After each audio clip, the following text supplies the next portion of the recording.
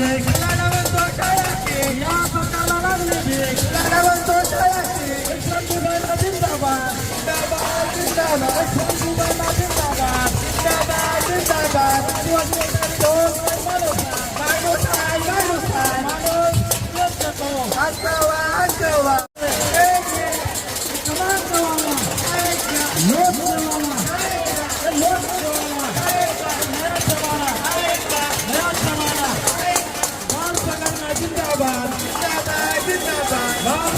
जिंदाबाद जिंदाबाद जिंदाबाद जिंदाबाद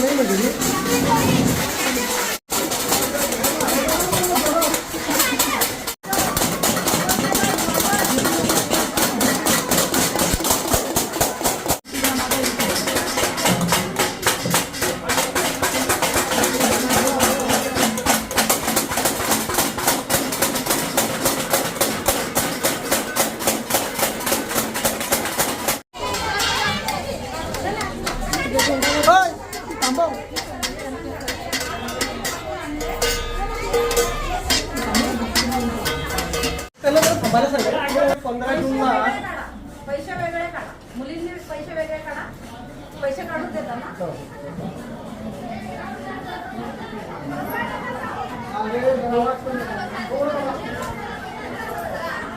पैसे काढा. चना आहे, वाटाणा आहे, कांदे, बटाटे, वांगा, कोबी, फ्लावर, टमाटर आणि काही दानशूरांनी आम्हाला वडापाव पण दिलाय.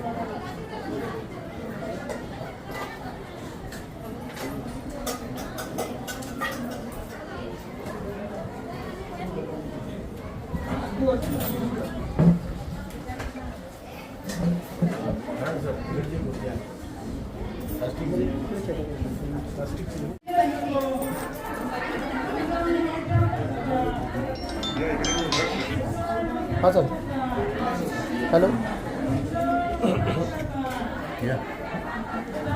सांगतो, लगेच सांग. हो, लगेच सांग. हो, लगेच सांग. चालेल. हो, झाली जमा केली झालं.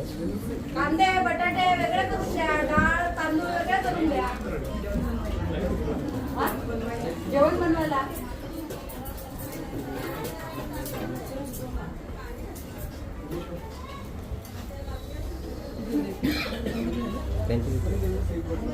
विद्यार्थी पालक व संघटनेचे सगळे सभासद असे आणि या आंदोलनासाठी उपस्थित असलेल्या सन्माननीय संघटनेचे अध्यक्ष सदाई घाटाळ, पालघर जिल्हा महिला टिंगी प्रमुख रेखाताई व तालुका अध्यक्ष असतील, तालुका सर्व उपाध्यक्ष, आज संघटनेच्या वतीने ज्या काही जिल्हा परिषद शाळा आहेत आपल्या वाडा तालुक्यात, या शाळांमध्ये 2 महिन्यापासून जे काही धान्य पुरवठा जो व्हायला पाहिजे पोषण आहाराचा तो झाला नाही. म्हणून संघटनेने आज या ठिकाणी आंदोलन केलं व सरकारच्या नावाने संघटनेने भीक मागितलेली अक्षरशः की मुलांना खायला नाही अशी परिस्थिती सगळ्या शाळांमध्ये निर्माण झालेली. आम्ही अनेकदा या बाबतीत विनंत्या केलेल्या आहेत, परंतु शासनाने त्याकडे डोळे झाक केलेली आहे. म्हणून संघटनेने आज या सर्व विद्यार्थ्यांना घेऊन सरकारच्या नावाने भीक मागितलेली आहे आणि ती भीक घेऊन संघटना या ठिकाणी आलेली आहे.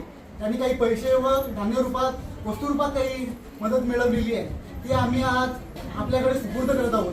मी संघटनेच्या अध्यक्ष सन्माननीय सीताताई, पालघर जिल्हा महिला प्रमुख रेखाताई व सर्व कार्यकर्ते यांना विनंती करेन, विद्यार्थ्यांना विनंती करेन की निवेदन देऊन आपल्या मागण्या या शासनाकडे आपण द्यायच्या आहेत. एक तर कांदे, बटाटी, टमाटी, कांदे, तुमची पण नावं सांगा. पारडी. मी वाढत राहते. माझं नाव धनश्री बला जाधव. मी 8वी घेणार आहे. सांग दीदी नाव सांग. नाव सांग तुझं. नाव सांग. तुझं नाव सांग. मी वाढत दादा नाव सांग तुझं. नाव सांग तुझं. सर घ्यावं लागेल. 2 महिने आमची मुलं उपाशी आहे. 2 महिने. ही शासनाला द्यावी.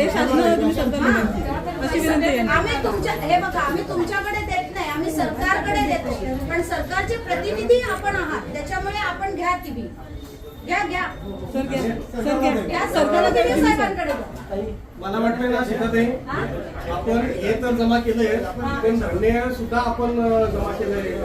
अच्छा, धान्य सुद्धा मुलांनी देऊ द्या ना. डाळ आणि ते सर्व आहे त्याच्यामध्ये. ओके. थोडं थोडं आपल्याला 300 लोकांनी दिलेलं आहे. घ्या सर, घ्या घ्या घ्या मुलींना द्या. ते धान्य पण द्या.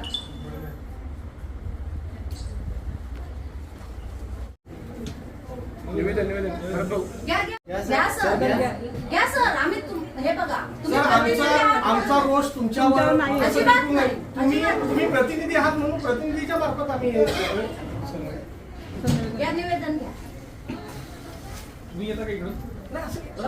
त्यांना परत बघूया. मुलांची मागणी आहे ना, मुलंच राहू द्या.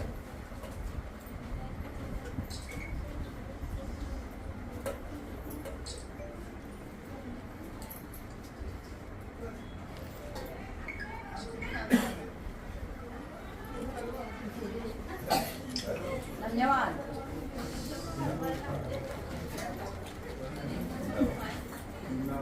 शासनाने चांगला निर्णय घेतला की किमान मुलांना हे घरी देण्यापेक्षा आपण त्यांना शाळेमध्ये सगळे शिजवून जर दिलं तर उत्तम राहील. 15 तारखेला 15 जूनला मोठा गाजावाजा करत मुलांचा पहिलीच्या किंवा इतर वर्गाच्या मुलांचा आपण नवीन शैक्षणिक वर्षामध्ये शाळा प्रवेश करून घेतला. आणि दुर्दैवाची बाब ही की नेमकी त्याच दिवशी ही मुलं उपाशी राहिली की ज्यांना सरकारने जे धान्य द्यायला पाहिजे होतं शेतकऱ्यांना ते कुठल्याही प्रकारे त्यांना मिळालं नाही. म्हणजे आपण जून आणि जुलैच्या या 2 महिन्याचा विचार करतो, बरोबर आहे.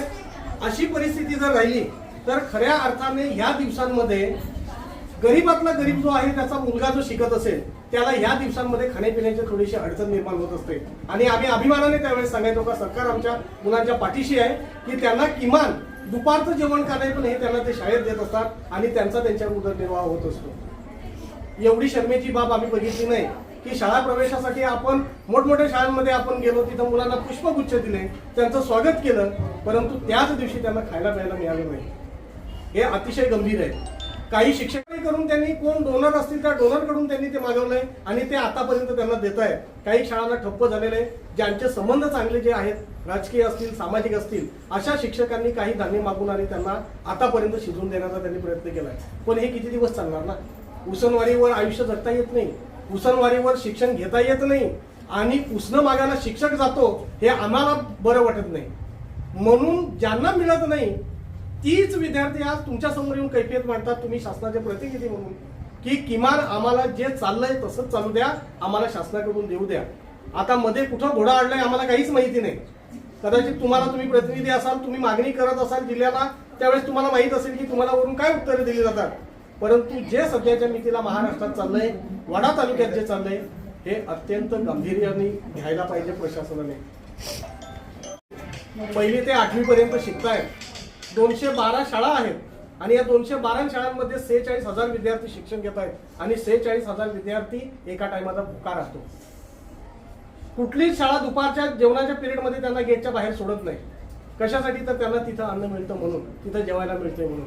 आम्ही हीच कैफियत मुलांच्या मार्फत आपल्याकडे मांडणार आहोत. आम्ही तुम्हाला दोष देणार नाही, आम्ही तुमच्या विरोधात आलो नाही, पण खऱ्या अर्थाने जी गोष्ट व्हायला पाहिजे होती. आता 95-98% सर आदिवासी विद्यार्थी या जिल्हा परिषदेच्या शाळेमध्ये शिक्षण घेतात. तुम्ही सांगा मला कोण ज्याच्याकडे पैसा पाणी जो मोठा आहे, जो पैसा पाण्याने मोठा असेल याचा मला विद्यार्थी तुम्ही जिल्हा परिषदेच्या शाळेमध्ये दाखवा. की तो तिथं शिक्षण घेतोय, कोणी नाही. जेवढी मुलं राहिलेत तेवढी आदिवासी मुलं राहिलेत. वाड्याचा भाग जर काही सोडला, वाडा प्रॉपर वाडा शहर सोडलं, तर इतर ठिकाणची परिस्थिती मी सांगतो त्याच्यापेक्षा वेगळी नाहीये. 46,000 विद्यार्थी एक टायमाचा गेला 1.5 महिने उपाशी राहतोय. 15 जून पासून ते आजची 31 जुलै आहे. 1.5 महिना उपाशी राहतोय. त्याचा काहीतरी विचार करायला पाहिजे. म्हणून आम्ही हे सर्व, आम्हाला त्याच्यामध्ये दुपारच्या मध्यान्ह भोजनात याच्यातल्या सगळ्याच वस्ता मिळत असतील असं नाही, पण दानशुरांनी जे आम्हाला दिल्या ते आम्ही आज नव्याने बघतोय का अशाही वस्ता भाजीमध्ये आम्हाला मिळतात, याचीही भाजी केली जाते, हे आज मी नव्याने आम्ही बघतोय.